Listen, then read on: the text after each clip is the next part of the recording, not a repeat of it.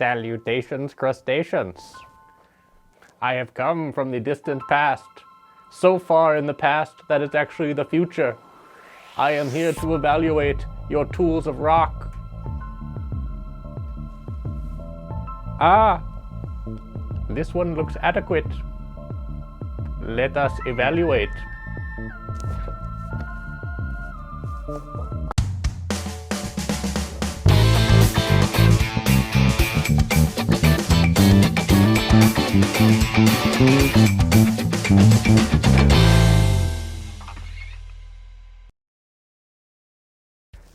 This is the Ibanez RGB300 that features no RGB lights.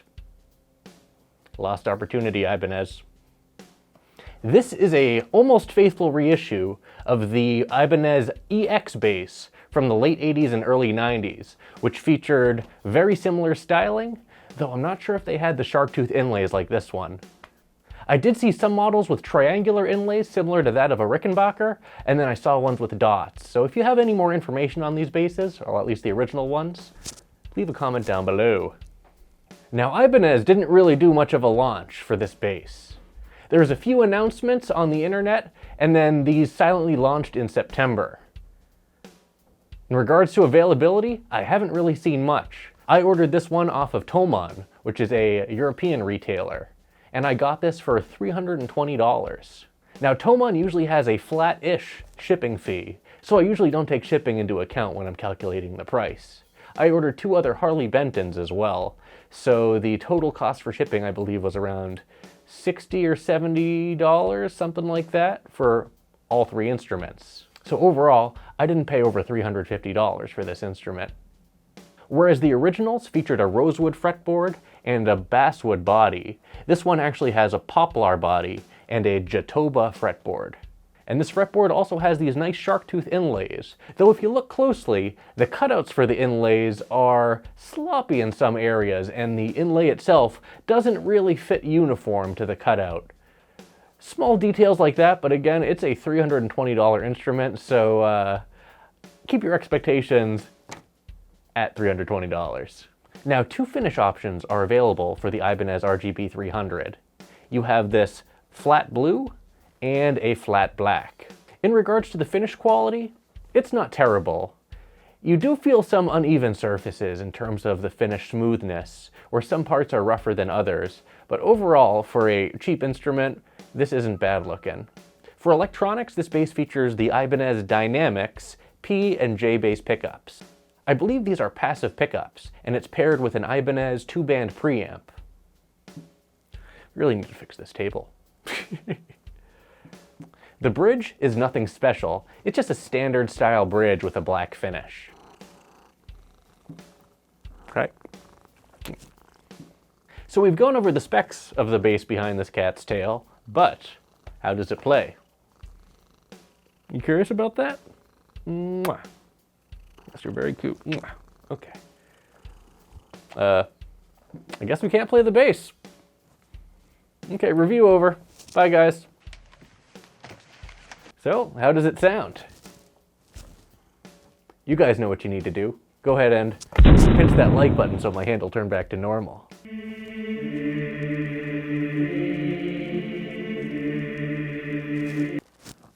Thanks.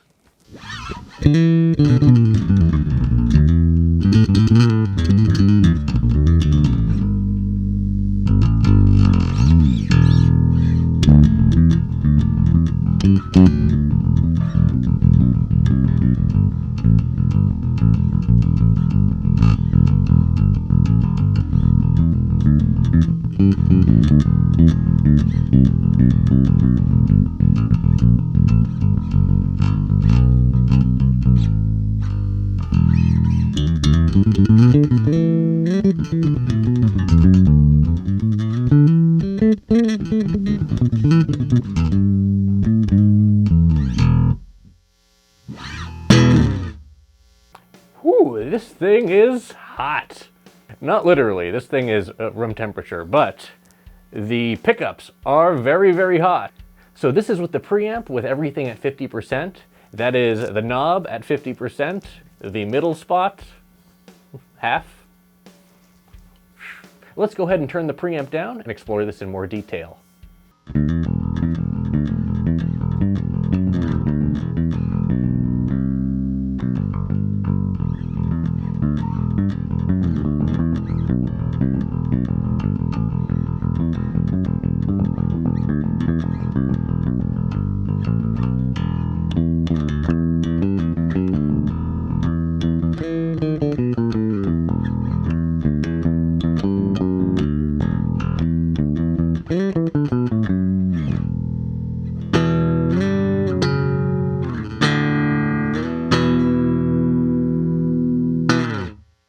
Okay, so pickup noise aside, with the preamp all the way down, this actually doesn't sound bad. It's lacking a little bit on the low end, but these pickups have some nice bite to them, and if you're looking for a beginner rock or metal bass, this one you should probably consider. However, there is a big caveat here, that is this preamp. It is way too ham-fisted for what you're getting, and by ham-fisted I mean it's way too brutish, it's way too... It's boosting everything way too much. The treble control isn't bad, minus the hum here, but the bass control really blows things up a bit. So first, let's check out this preamp with the pickups centered, and then we'll explore these pickups individually. So again, here's everything completely flat.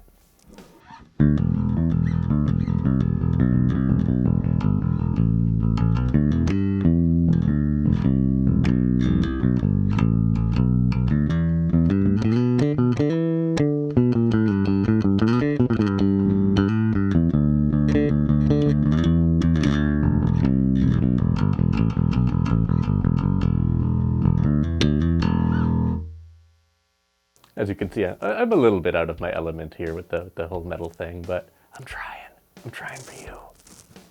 Now, let's turn up the bass control to 50% and you'll see what I'm talking about.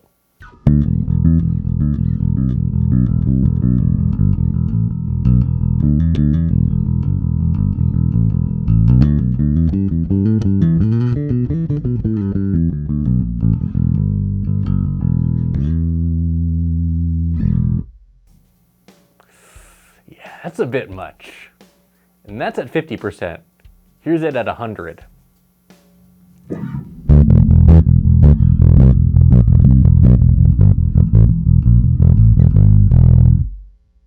Yeah.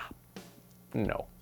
However, the treble control is a bit more redeeming. Here's the treble control at 50%.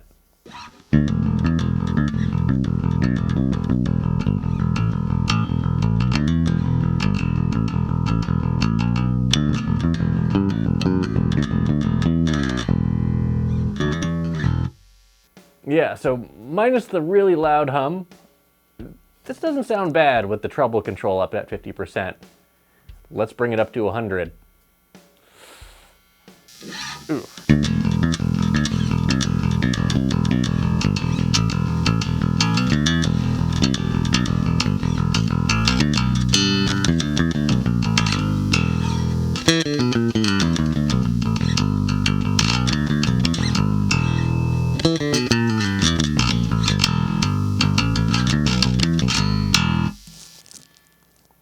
So that's the preamp here.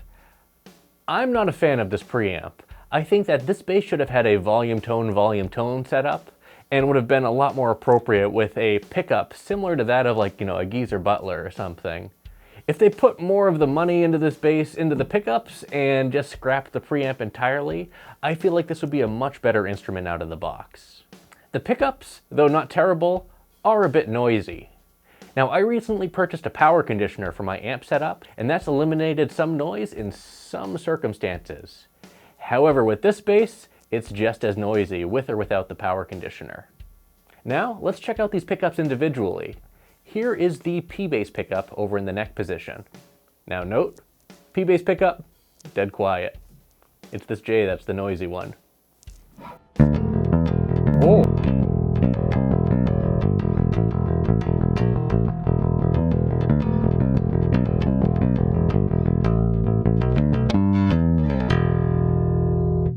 Okay, this P pickup sounds really good. at least for rock and metal and that kind of stuff. It sounds heavy. Yeah. Now let's turn up the bass to like 25% and see what that sounds like.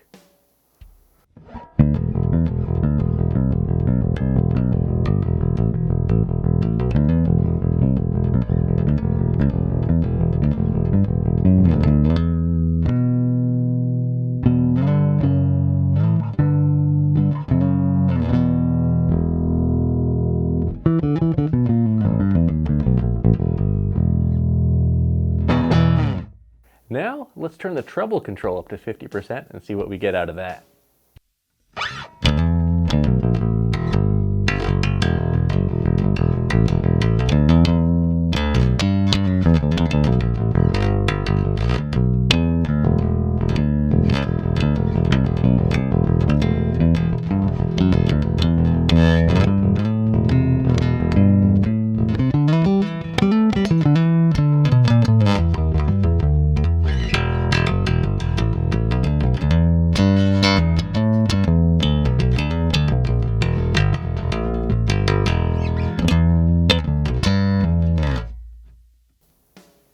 Yeah, so this peep pickup, not bad. Add the J in, things get a bit noisy. Tone kind of thins out a little bit. Speaking of the noisy J pickup, let's check it out.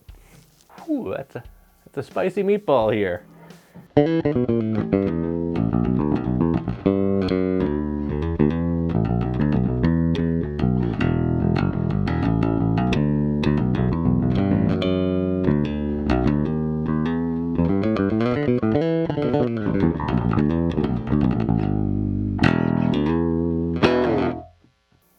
That sounds okay. Honestly, it's a little bit out of place in my opinion. Let's turn up that bass control to 25% and see what that sounds like.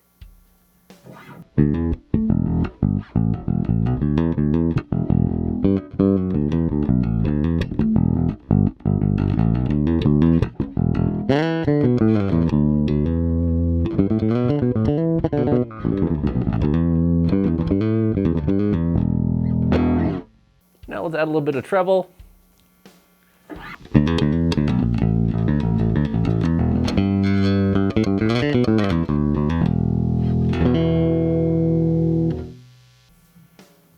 Okay, back to the P pickup. So keep that tone in your head, that J pickup. Now listen to this, you know.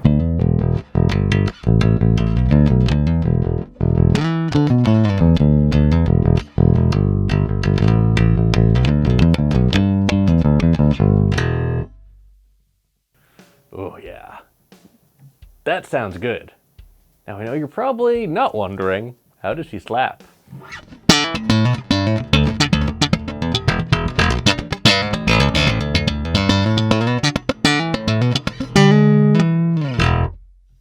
Honestly, I don't think this thing's geared towards slappers. Now I know you're also wondering, how does this thing play? The neck is very different from your typical Ibanez neck. It's a very fat neck. It's fatter than a P-bass neck in terms of girth or depth, if you will. It's more of a C shape as opposed to a shallower, D shape of a modern P-bass neck. The nut width is 41 millimeters, which makes it very similar to that of a modern P-bass, though again, the depth of the neck is a bit more substantial. The neck is a 22 fret, 34-inch scale bolt-on deal, and it doesn't feel too bad. One thing that isn't too comfortable for me though is the very flat fretboard combined with the very fat neck. I like a bit more of a radius on my fretboards, especially when the neck is a bit more girthy like this one. However, this instrument is far from uncomfortable, and it plays pretty well.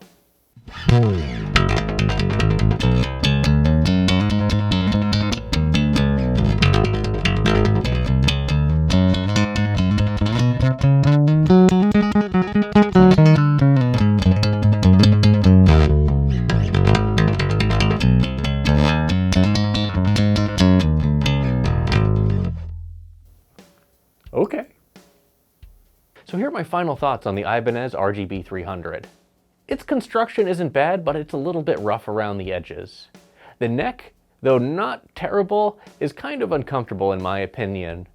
And the pickups and electronics aren't really well tailored for the instrument and for its audience. The P pickup is awesome, and the J pickup is equally as not awesome in my opinion. Also, the preamp is a real big miss. In my opinion, I think a passive setup with a volume tone setup would have led to a much wider tonal palette versus this preamp, which is almost limiting because it's just so overwhelming. When I'm dealing with a bass that has an active preamp, my favorite tone usually has the bass control at around 50%. With this one though, I had to turn it all the way down to 25%, otherwise the bass would just suck away any tone that this thing would generate. It would just be a blah of bass, and it's a bit much.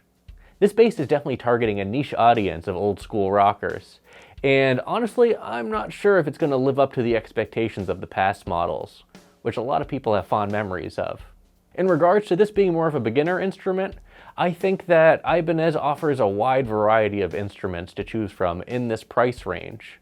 You have both the Talman series and the Sound Gears, which offer a wide variety of tones as well as great playability. Whereas this instrument is a lot more targeted towards the rock and metal crowd and a lot less versatile overall. So what am I going to rate? The Ibanez RGB300? Ha! I'm going to rate this bass 2 claws out of 5. However, at the price point, it is a decent value. I feel like the electronics in this instrument do it more of a disservice than a service. I would think that anyone interested in buying this for its vintage style is probably going to swap out these electronics for something a bit more suitable. And you know what? I might as well. We're going to go ahead and throw in a set of EMG Geezer Butler pickups into this bass and see what they sound like.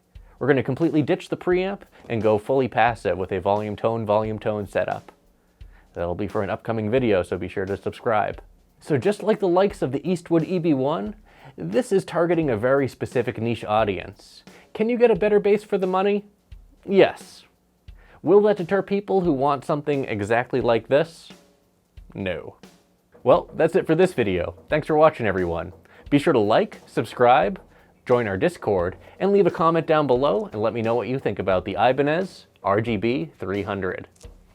And as always, until we groove again.